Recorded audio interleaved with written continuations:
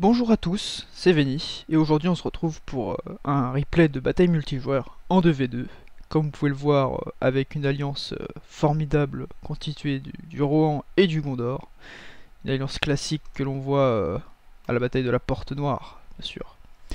Alors je vais jouer avec LHB Limthir, voilà, qui n'est pas français. Hein. If you see this video, LHB Limthir, shout out to you, it was a really great game to do with you. Je joue contre Smoke le Doré et Uvata, que vous avez déjà vu sur la chaîne. Smoke le Doré qui est donc IC de Fontange. Et ils vont jouer deux factions que l'on a peu l'habitude de voir, deux factions qui ne sont pas issues de Rise of Mordor, mais du submode de Rise of Mordor. Et je veux parler bien sûr du Dorwinion, ici, le Dorwinion, voilà, Vinland, et de Dolamrod, de la principauté de Dolamrod. Et on peut voir qu'ils ont des unités assez intéressantes. Pour les compositions des armées, donc j'ai joué le Rohan, qui a une grosse force de cavalerie comme vous le savez. J'ai joué donc cavalerie et archer, pour pouvoir j'en ai un sacré nombre. Et mon allié, LHB Limthir, a joué le Gondor. Alors, c'est un joueur débutant, il connaît Attila, hein, il a déjà joué, mais il n'a jamais joué sur le mode. C'est la première partie qu'il faisait sur le mode, et surtout sa première partie multijoueur sur le mode. En plus de sa première partie sur le mode. Donc, j'ai décidé de lui faire une compo et de jouer vraiment très serré avec lui, ce qui va pas forcément être le cas de toutes les armées. Vous allez voir en face, ils vont pas jouer serré, ils sont assez séparés l'un de l'autre. On peut voir les séparations entre les deux armées, vous verrez au milieu de la partie, c'est assez flagrant. Alors, pour ma composition, j'ai 3 cavaleries de mêlée, donc les Red of the Westfall, comme vous pouvez voir, ils ont des haches pour percer les armures, c'est une bonne cavalerie de mêlée. J'ai 3 cavaleries de Knight of the Mark, qui est une super cavalerie de choc, tier 3. Pas la meilleure, mais très bonne, très efficace pour son prix. Une de plus, donc j'en ai 4, parce qu'il y en a une qui est mon général, et Homer, voilà. 4 cavaleries de choc dans mon roster. Ce qui fait pas mal de cavalerie quand même. Hein. 7 cavaleries dans une armée, c'est vraiment pas mal. Et j'ai 6 unités de Yeoman of the Mark, une unité d'archer tier 2 qui a des bonnes stats et avec des haches au corps à corps. J'ai 2 unités de Guard of the Golden Hall qui sont des lanciers tier 4 pour encadrer ma formation de ligne principale qui est composée de Swordtains, 3 unités, dont 2 avec des chevrons en argent, une avec des chevrons en bronze. Pour ce qui est de l'armée de mon allié, on va avoir 4 cavaleries du Gondor Cavalry Regiment et un général Knight of the Silver Swan qui est évidemment un traître hein, qui n'a pas combattu avec sa propre faction. On va avoir d'autres traîtres, on va avoir 2 unités de Prince Cosgard, 2 unités de Halbardier que vous connaissez sûrement, vous avez vu ma vidéo sur le roster du Gondor. Si vous l'avez pas vu, je vous la mets dans la description. Vous avez également, de coup, sa ligne est composée de 4 unités de Gondor Sword Infantry, unité classique du Gondor. Derrière ça, on va avoir 2 unités de Warrior of Lozarnak, des unités tier 2 de choc. Ensuite, des archers, on va en avoir pas mal, c'est moi qui fais la compo, j'aime bien avoir des archers en nombre. 5 unités d'archers, dont 3 unités de Blackroot Vale Archer et 2 unités d'archers de milice, Gondor Bow Militia. Ça, c'est pour notre alliance. Voyons voir ce que nos adversaires ont pris. Commençons par le Dorwinion avec une unité de Winter Court Guard, une unité de 2 lanciers, je sais tier 3 ou tier 2, bon c'est pas les meilleurs en tout cas. Intéressant de prendre des lanciers. Il a pris énormément de shipmen, voilà, donc il en a 6 il me semble. Oui, il en a 6 unités, tier 2. Son général, un Dorwinion Spear Paladin qui est une unité extrêmement forte avec une très bonne armure, vous allez le voir, il en a pris 2, dont une est son général. 3 unités de Vinland Watchman pour sa ligne de halbardier, pour supporter sa frontline. Et 2 unités de Vinland Yard Patrollers. Il a également 2 unités Merchant Escort. Et il en a 2 autres là-bas, cachés dans la forêt, vous verrez plus tard. Donc ça fait 4 unités de cavalerie. Il a également une unité spéciale qui est ici. Une unité d'archers, rangers, les Avari Marksmen, qui est une unité qui doit être d'ailleurs dans le roster de Dale, dans le mode Rise of Mordor de base. Hein. qui sera rajoutée par la suite plus tard. Il y en a une dans ce roster qu'ils ont fait avec des modèles custom, hein, qui est une très bonne unité du coup avec énormément d'armure et énormément de dégâts de mêlée au corps à corps. On passe maintenant à la principauté de Dol Amroth. Voilà, avec une frontline composée de Seaward Sword Infantry, 4 de cette unité d'épéistes, une unité bien plus élite de Dismounted Knight of Imrail, très dangereuse, très gros dégâts de charge, très gros dégâts de mêlée, très bonne armure. C'est une unité vraiment qui fait extrêmement peur dans la ligne. Derrière on a des Tarnossian Marksmen, Tarnost, des unités d'archers classiques. Ensuite on a des Belfalas Men at Arms qui sont des Marines, qui sont tier 2 ou tier 1, je sais plus, tier 2 je pense, tier 2. Pas une très bonne unité mais ça fait du nombre. Derrière on a des Amrosen Archers Militia, donc une unité d'archers de milice. Pour ce qui est de la cavalerie, parce que c'est ça dont il s'agit pour Dol Amroth, c'est la cavalerie lourde, on a une unité de Seaward Spear Cavalry qui va être l'équivalent de la cavalerie du Gondor au niveau des stats. Une unité de Knight of the Silver Swan évidemment. Une unité également de Knights of Imrail qui sont des Knights of the Silver Swan sous stéroïdes, hein, qui les ont pris les mêmes stats et ils les ont boostés.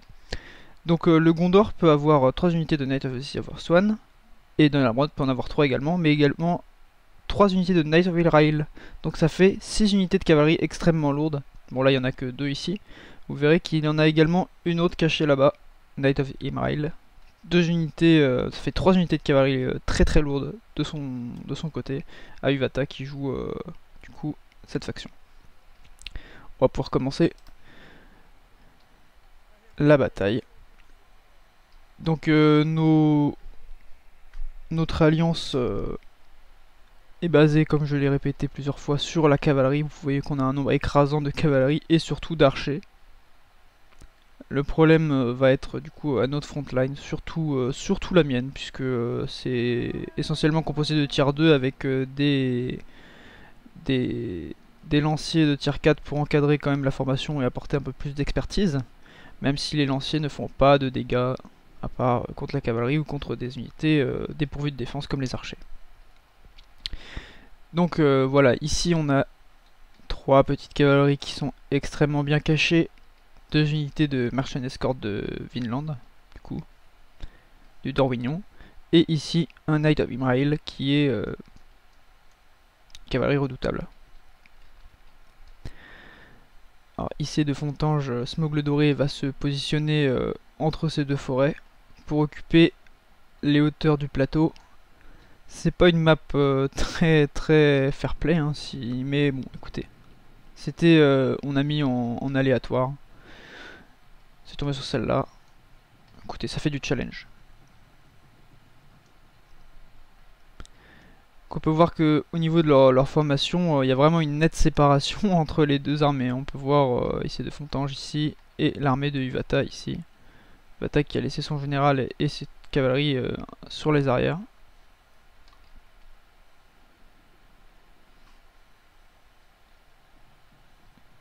Alors on peut voir que mon partenaire est débutant, hein, il laisse beaucoup d'unités, il bouge pas toute son armée en une fois, il laisse beaucoup d'unités traîner par-ci par-là.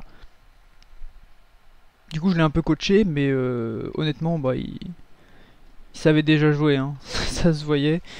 Et vous verrez dans les stats, ça s'est très bien passé pour lui.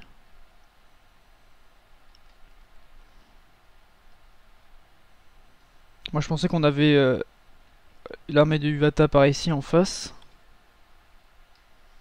Parce ils sont pas visibles, hein. Ils étaient derrière. Quand on va se rendre compte qu'on va apercevoir quelques unités de son armée, on va immédiatement voilà, bouger sur le flanc, shifter, je vais passer sur le flanc droit afin d'occuper une position ici, voilà, avec une cavalerie en repérage sur la profondeur du champ de bataille. Toujours laisser quelques cavaleries pour aider mon allié au cas où. Alors alors qu'en face ça se place également en quinconce, hein. Unité de lancer, unité de d'épée derrière, parce qu'ils ont des javelots, hein. Je le répète, les shipmen, ils ont un javelot. Alors si la qualité de la vidéo est un peu moins bonne, s'il y a un peu de lag, c'est parce que je suis sur mon PC portable et pas sur ma tour, étant donné que les études ont repris, hein. Écoutez, c'est la rentrée. Alors ça veut pas dire qu'il y aura moins de vidéos, parce que j'en ai tourné beaucoup en avance, hein. Je ne vous abandonne pas, ne vous inquiétez pas. Mais effectivement, je tournerai moins de vidéos cette année. Il y a déjà un petit paquet qui vous attendent. J'ai prévu plein de choses sympas pour vous, vous verrez. Notamment les présentations de roster. Si vous l'avez pas vu, j'ai une présentation de roster sur le Gondor qui est sorti. Dans laquelle d'ailleurs je présente à la fin le roster qu'il utilise en ce moment même, hein. Vous pouvez voir, je vous la mets dans la description. Et pour ceux qui se demandent, je vais pas traiter toutes les factions du mode, seulement celles qui sont terminées. Et je ne traiterai pas celles du submode. Du coup, les unités que l'on a en face ne seront pas traitées dans les présentations de factions. Donc j'ai avancé un peu ma cavalerie pour essayer de tester les ennemis en face. Et moi je me suis fait accueillir comme il se doit par des bonnes volées de flèches. Je vais, attendez 2 secondes, je vais baisser le volume de la musique pour pas me faire strike, voilà. Puisqu'il me semble que ce ne sont pas encore les musiques du jeu, enfin du mode plutôt, ce sont les musiques du film qui sont là pour l'instant et elles sont copyright.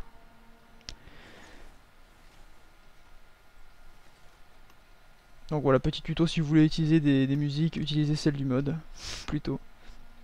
Alors là c'est intéressant, cette unité de Vinland Yard Patrollers va prendre très peu de dégâts, voire aucun dégât, alors que j'ai vraiment 6 unités d'archers qui leur tirent dessus.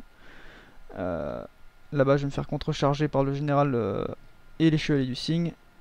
Ce n'est pas un problème, j'ai une unité de lancier à côté et j'ai mon général. Je fais basculer toute ma cavalerie pour le supporter. C'est pas trop un problème. Mais c'est assez spécial, hein. 6 unités contre une, je fais aucun dégât, hein. Pourtant on peut voir qu'il y a des tirs qui touchent. Même plus que 6 unités, parce qu'on peut voir qu'il y a des flèches du Gondor, des flèches blanches. Après je suis à... Voilà, je suis contre... ils ont pas une vue directe, c'est pour ça. Quand vous avez le petit icône rouge là, obstructed, voilà, donc ils voient pas directement la cible. En vérité j'ai que 2 unités qui tirent. Donc là j'ai contourné, je charge avec la cavalerie de choc. Efficacité maximale, j'ai mon unité de lancer d'élite au corps à corps. On a un avantage de cavalerie ici. Le général de mon allié qui vient supporter. J'ai de la cavalerie de mêlée pour encaisser le choc et faire le corps à corps. Et puis ma cavalerie de choc, je la détache et je fais des charges, contre-charges. Je sais pas pourquoi j'ai une unité qui est restée en arrière ici. J'ai dû l'oublier.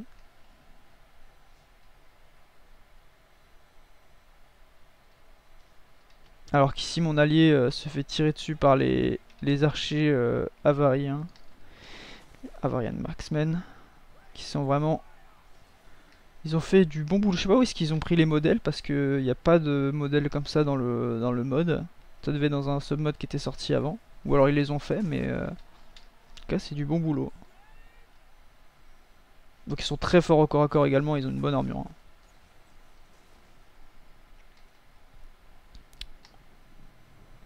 Il envoie également voilà, une unité de lancier que je vais m'empresser de charger avant qu'elle ne forme un mur de bouclier. Ah, il a formé un carré.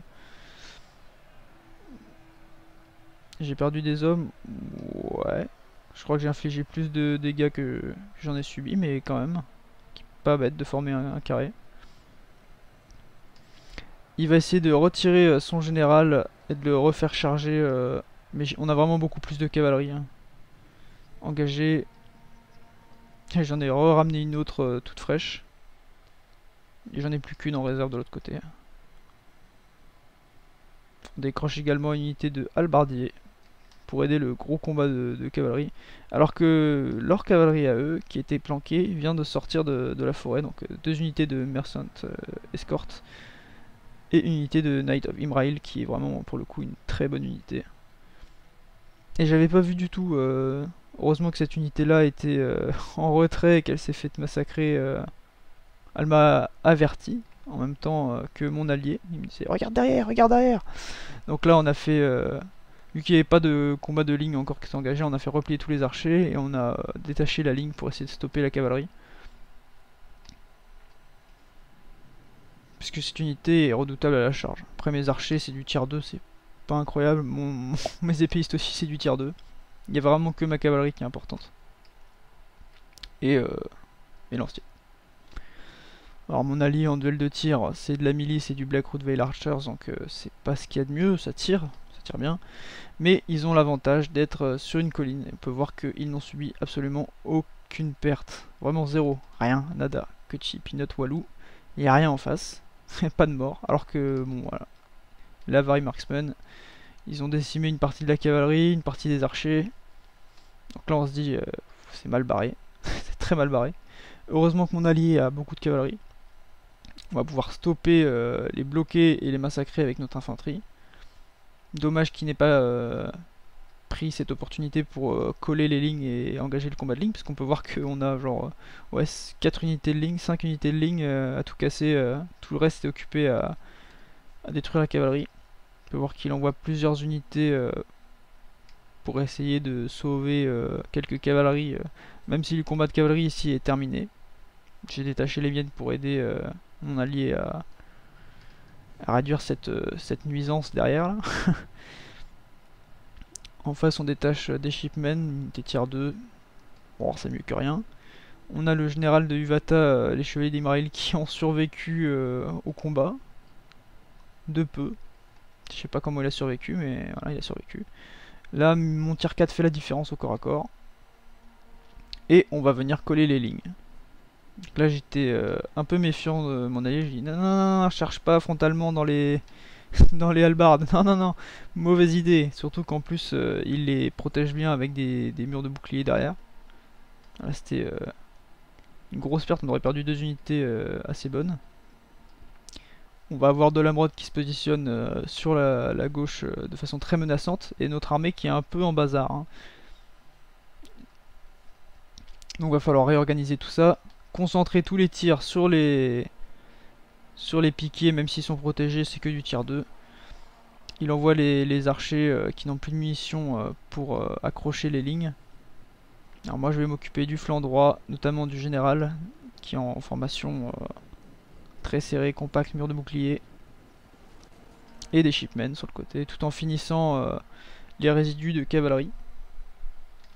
Notamment grâce à l'aide de ces traîtres de Prince Cosgard qui ne combattent pas avec leur faction initiale. Donc la cavalerie derrière est traitée, la cavalerie au centre est traitée. Par contre on est toujours sous le tir nourri des archers elfes et maintenant des archers de Tarnost. Voilà. Et le combat est engagé, on peut voir qu'on a un net désavantage en nombre de troupes. J'avais toujours ma cavalerie de mêlée qui était sur le côté, mais elle fait vraiment pas le poids contre les cavaleries, les Seaward Spear Cavalry, qui est la même cavalerie que le Gondor. Dans cette version du jeu, pour l'instant, les cavaleries de lanciers sont vraiment cheatées. C'est la cavalerie anti-cavalerie, hein, vraiment. Parce qu'ils ont un bonus de charge, parce qu'ils ont une lance, et puis au corps à corps, ils se débrouillent très très bien. Donc voilà, ma cavalerie, même si elle a des haches et elle est censée être très performante contre les autres cavaleries au corps à corps, bah là elle fait pas le poids et voilà, elle est anéantie. Mes archers ont la particularité d'avoir des haches au corps à corps, ce qui les rend un peu meilleurs que les archers de mes ennemis au corps à corps, même s'ils ont un moral très faible. Ils font face à des bonnes unités d'infanterie. Heureusement j'ai une unité de Sword Tains qui est tier 2 contre du tier 3, bon voilà. Bah, ça va tenir pas très longtemps, mais ça va tenir. Les Seaward qui poursuivent des Blackroot Veil Archers jusqu'au dernier, et qui va essayer de terminer ma cavalerie, bon. Ça va s'écraser sur ce flanc, ça clignote beaucoup de notre côté, mais on a récupéré notre avantage en cavalerie avec toutes ces cavaleries là-bas qui sont engagées sur ce flanc. J'ai une unité tier 4, il a une unité de hallebardier, il a un général qui a subi aucune perte quasiment. J'ai encore mon général non plus qui n'est pas mort, alors que le général du Vata, ici avec 5 hommes, qui est dans la mêlée, on sait toujours pas comment il n'est pas mort. Hein. Il me semble qu'il se fait tirer dessus, ouais, j'essaie de le tuer de façon désespérée en tirant tout ce que j'ai dessus. Parce que je sais que ça pourrait faire un bon boost de morale pour notre armée, surtout un malus pour nos ennemis, ce qui n'est pas négligeable. Donc j'ai rabattu mes archers du côté un peu plus safe, du côté de notre cavalerie. On peut voir qu'à cause de la colline, ils n'ont pas pu tirer de façon optimale et ils ont toujours des munitions, contrairement aux archers de nos ennemis. Donc là on va faire des charges, contre-charges dans le dos de nos ennemis. Voilà, la cavalerie de choc ça sert uniquement à ça, c'est la charge. Une fois qu'on a chargé, on se bouge et on laisse la place à l'infanterie ou voilà, ou une cavalerie de mêlée. Uniquement pour la charge.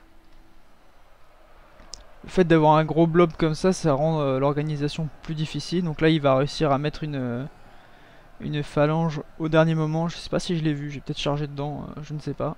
En tout cas, il va concentrer tous ses archers sur mon général. Et il va envoyer son unité de Dismounted Knight of Imrail qui gardait ses archers, qui garde ses archers d'ailleurs, hein, tous ses archers. Yuvata. Le truc c'est qu'il a chargé et il faut jamais charger une cavalerie de choc qui vous charge. Absolument pas.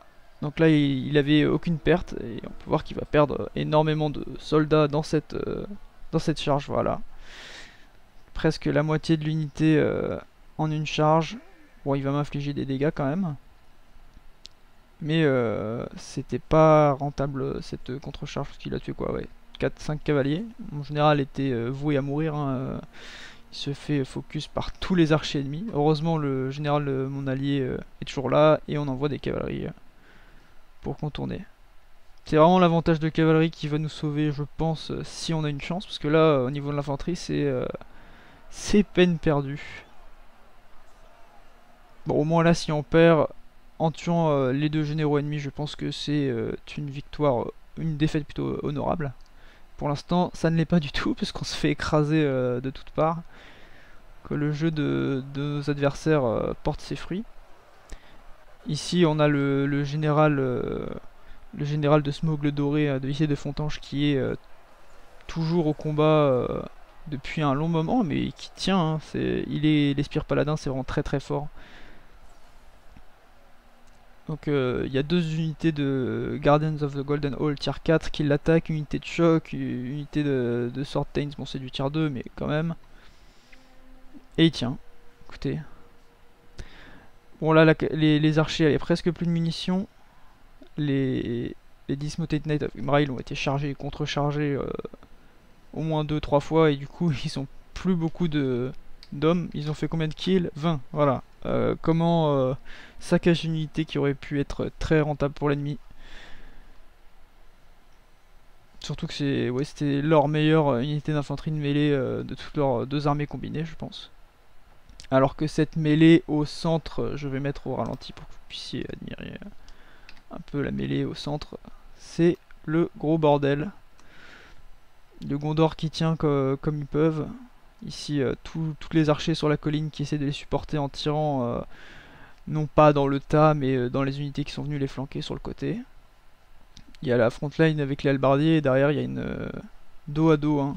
C'est vraiment le combat final. Là ils sont encerclés et puis la masse est énorme. Hein. Il y a énormément de troupes en face.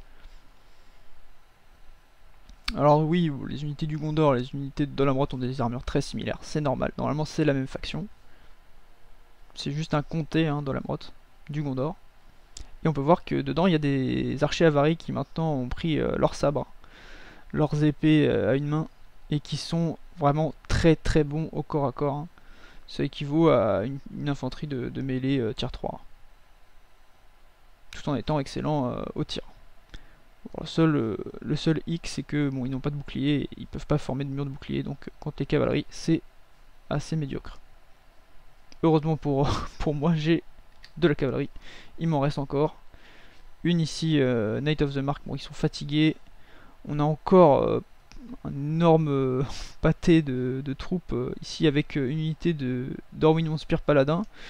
Alors voilà, les Spear Paladins là-bas ils tiennent très bien, donc ça va être très compliqué. Très compliqué. L'infanterie du Gondor, il reste bon.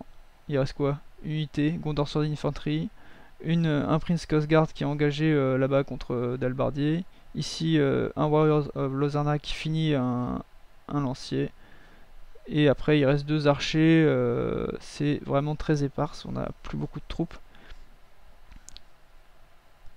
En nombre de troupes, on gagne, je pense, mais c'est uniquement grâce à cette mage d'archers qui, on peut le voir, a beaucoup de mal à tirer, à visualiser la cible. C'est un gros bordel ici.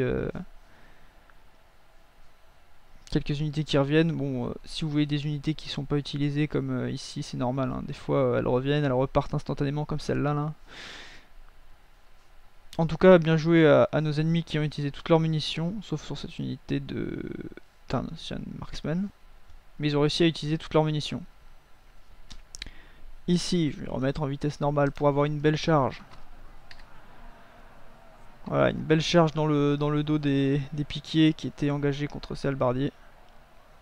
Malheureusement, bon, ils ont juste à se retourner et ça va être fatal pour ma cavalerie puisque c'est le bonus contre les cavaleries est vraiment très élevé. Hein. On peut voir, j'ai payé cher, j'aurais pas dû charger même dans le dos. Ça n'a pas du tout été rentable, j'ai perdu un tiers de ma cavalerie.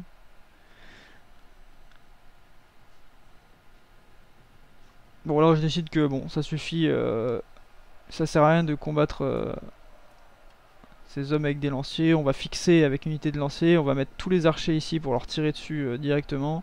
Les archers qui ont plus de munitions, on les envoie dans le tas et on essaie de faire des murs de boucliers pour retenir les forces ennemies. Le but c'est vraiment contenir pour que la cavalerie de mon allié, qui est la dernière cavalerie, parce que la mienne, on peut voir, va fuir, puisse faire des charges dans le dos. Alors oui, on a tué le général de Uvata, hein, Knights of Imrail, là. On l'a tué dans la mêlée, là où il s'est pris une flèche, je ne sais pas trop. Le but, ça va être de tuer le général de Issé de Fontange, de Smogle Doré, ici, avec les archers. Et les Guards of the Golden Hall. Et espérer infliger un malus de morale à l'ennemi, puisque pour l'instant, il leur reste des bonnes troupes, hein, qui ont, on peut voir, encore beaucoup de vie. Ils ont des galons. Il y a quelques charges derrière, et là on envoie les archers au corps à corps avec leur hache pour essayer de créer une poche, vraiment encercler l'ennemi. Donc voilà, et ça va marcher d'ailleurs. Ça va marcher. Au dernier moment, je vais réussir à les encercler avec une unité d'archers au corps à corps, et la bataille va être gagnée. Voilà. C'était bon, une victoire à la Pyrrhus, mais une belle bataille néanmoins. C'était très proche, très serré. Donc gros GG à Smogle Doré et à Uvata qui nous ont causé pas mal de problèmes quand même dans cette partie. Notamment leur embuscade avec leurs 3 cavaleries derrière, c'était vraiment très bien joué. Et ça nous a bien surpris. On peut voir du coup les stats, mes stats qui ne sont pas incroyables. Hein. J'ai bon, assez bien rentabilisé ma cavalerie de choc, je pense, mon général. Mon infanterie de mêlée a fait plus que ce que j'attendais, ce que j'espérais. Mes archers, bon, on a certaines unités qui n'ont pas tiré du tout. On était dans le dévers là, en essayant de monter la colline, donc ils voyaient pas bien leur cible, ça n'a pas fait beaucoup de dégâts. La cavalerie de mêlée, bon, contre les cavaleries de lancier de Uvata qui était assez forte, elle a pas fait le poids. Et en face, on peut voir que Dorwinion, les avaries Marksman, c'est très fort. Hein. Sa cavalerie de mêlée a été assez rentable. Son général, voilà, Spear Paladin, il a tenu, mais c'est hallucinant le temps qu'il a tenu au corps à corps. Contre des unités, contre le quadruple d'unités en face. La ligne de halbardier, bon, décimer notre cavalerie et nos infanteries de mêlée en combat direct. C'est shipmen, bon, c'est des shipmen. Ils étaient très nombreux, c'est rentable, ça c'est rentable ce qu'il a fait. au niveau de mon allié qui a carry la game, hein, je dois le dire, son général 363 kills et il n'était pas mort du tout et il lui restait pas mal de troupes encore dans son unité. Ces unités de cavalerie lancier, on va les comparer aux autres en face, oui c'est très bon, on peut voir Seaward Spear Cavalry et les Gondor Cavalry, c'est extrêmement fort. J'ai tendance à les placer au-dessus même des cavaleries de choc comme les Knights of the Silver Swan, parce que contrairement aux cavaleries de lance, les cavaleries de charge, elles, ne peuvent pas combattre au corps à corps de façon optimale, hein. Ils sortent des épées au lieu d'avoir des grosses lances. Et du coup, ils se font découper rapidement, même s'ils coûtent beaucoup plus cher. Ils sont des fois moins rentables. Voir que 19 kills sur ces deux unités, c'est vraiment du gros gâchis. Ça n'a pas été rentable du tout pour lui. De même que son unité de Dismounted Knight of Mirail qui s'est rattrapé, hein, 49 kills. Mais c'est toujours pas excellent. En revanche, son archer de milice, 62 kills, c'est très bien. C'est rentable. Et son infanterie nous a écrasé. Bon, c'est Belfalas, Men at Arms, non. Mais son infanterie de mêlée là a réussi à retourner la mienne en tout cas. Et l'infanterie du Gondor a fait un travail correct. J'ai tendance à cracher dessus, mais bon, là ils ont fait un bon travail, hein. Il faut le dire en mur de bouclier. Les Prince Coast Guard, un travail incroyable. Les archers, médiocres. Pour le coup, là, on n'a pas su gérer les archers. Que ce soit lui ou moi, c'était... bon, j'ai mieux géré parce que j'ai un peu plus d'expérience sur le mode. Mais, ouais. Mal géré les archers. Voilà pour le replay. Donc, encore merci à LHB Limzir, à Smogle Doré et à Uvata pour cette partie. C'était Véniche, je vous dis à une prochaine. Portez-vous bien.